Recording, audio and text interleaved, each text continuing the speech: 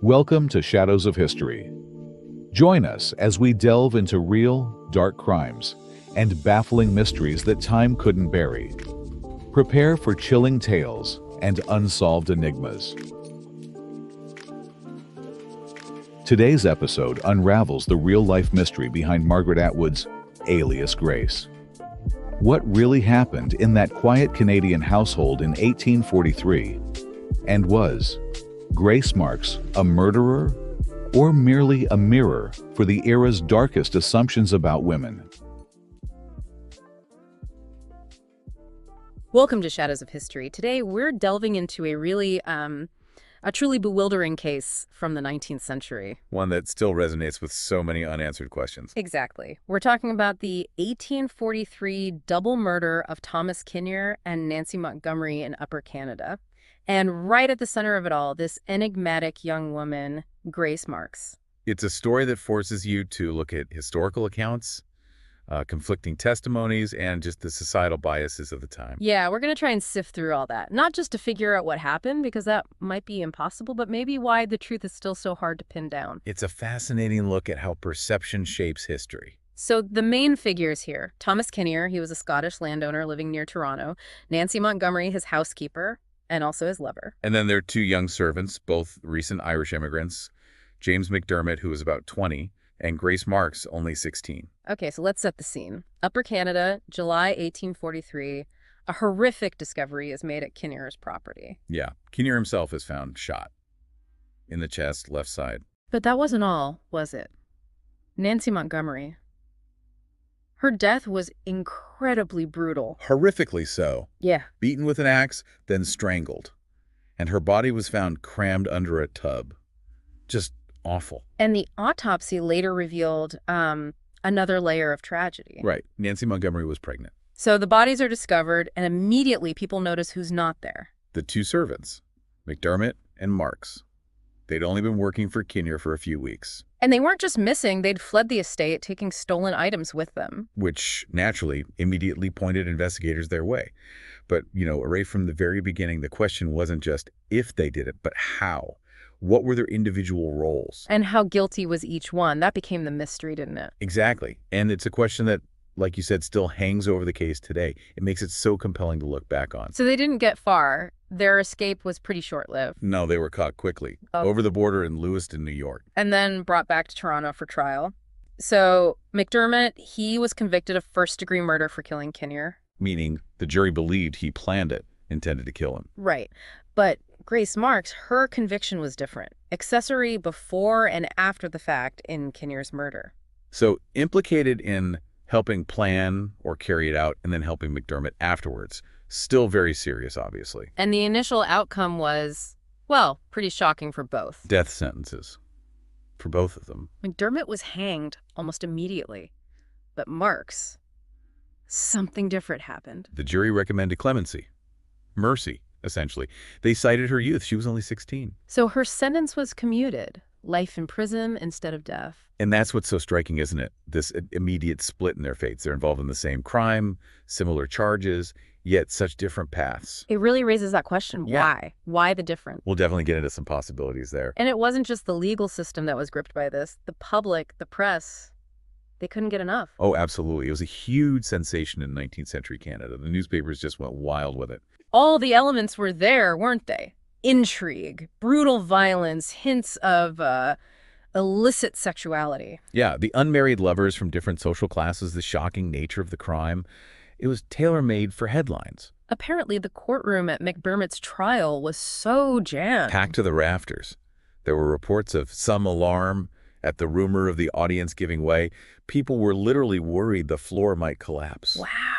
Just imagine that scene. And Grace Marks herself became this figure of particular intrigue, as one source put it. How so?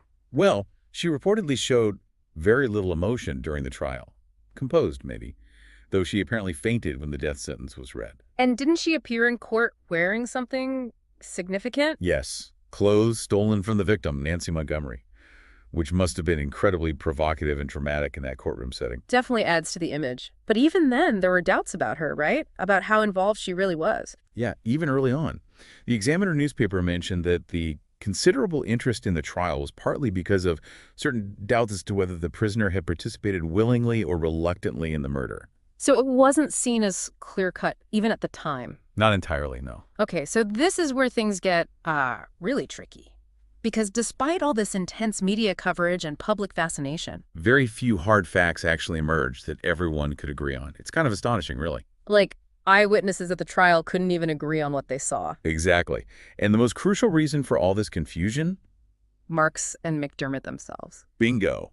They gave multiple, completely incompatible versions of what happened. Neither claimed to be totally innocent, but their stories just did not match up at all. Okay, let's try to unpack that.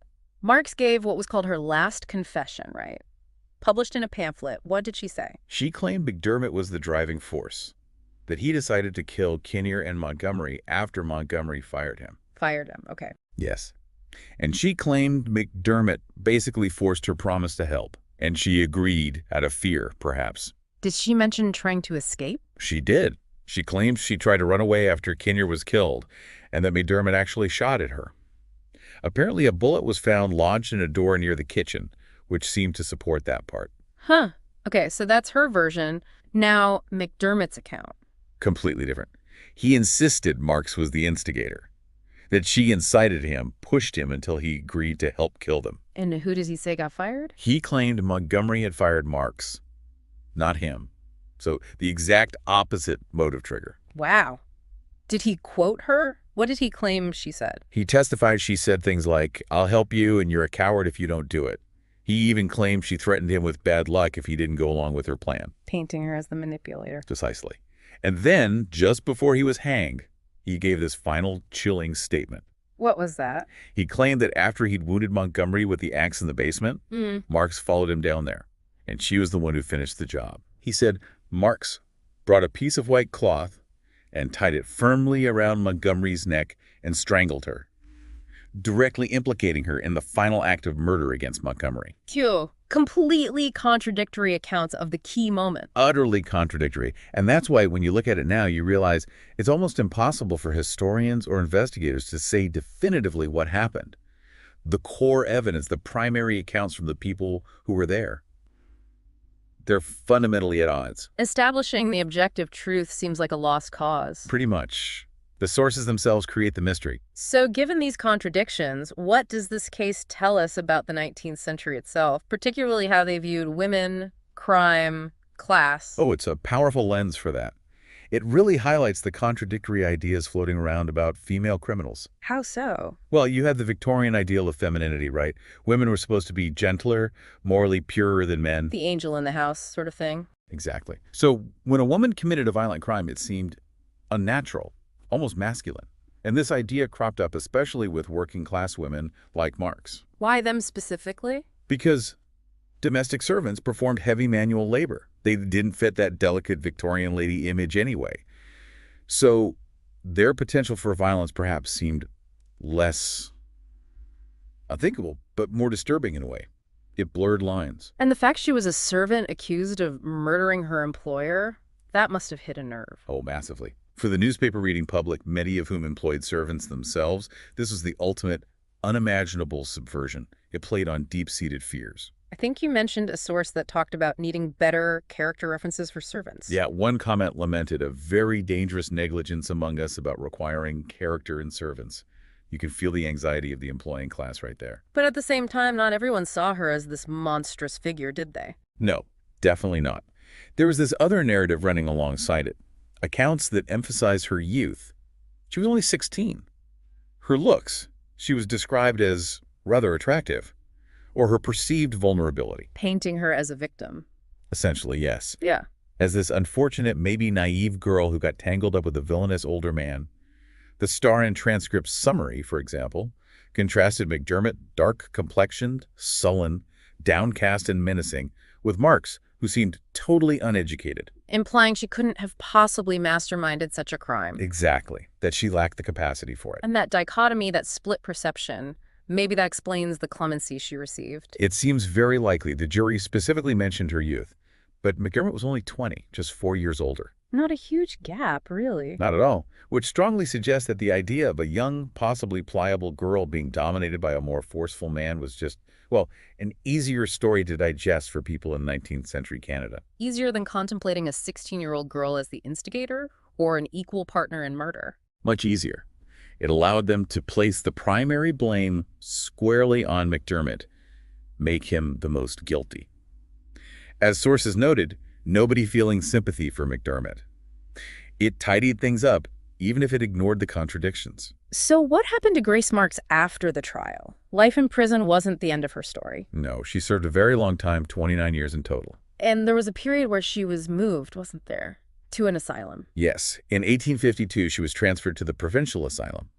Apparently, the superintendent there thought she was faking madness to get better treatment or escape the penitentiary. But could there have been other reasons? Oh, absolutely. We know there were investigations around that time into prison abuses, terrible conditions. It's entirely possible those factors genuinely impacted her mental health. Faking it or not, the environment was brutal. How long was she in the asylum? About 15 months. Then she was sent back to Kingston Penitentiary. But people started advocating for her. Yes. Over the years, quite a few respected individuals argued for her release, believing maybe she wasn't the monster some portrayed her as, or that she'd served enough time. And eventually she was pardoned. In 1872, yes, after nearly 3 decades behind bars. And what happened to her then? Did she just rejoin society? Her movements get pretty fuzzy after her release. Records suggest she went to New York State initially. And after that? And after that. Yeah. Basically, all trace of her just vanished. Which is, in a way, kind of fitting for someone whose life remains such an enduring puzzle. Wow, so she just disappears from the historical record. Completely, leaving us with the same questions they had back in the 1840s. Was she a mastermind? Was she a pawn? Cunning?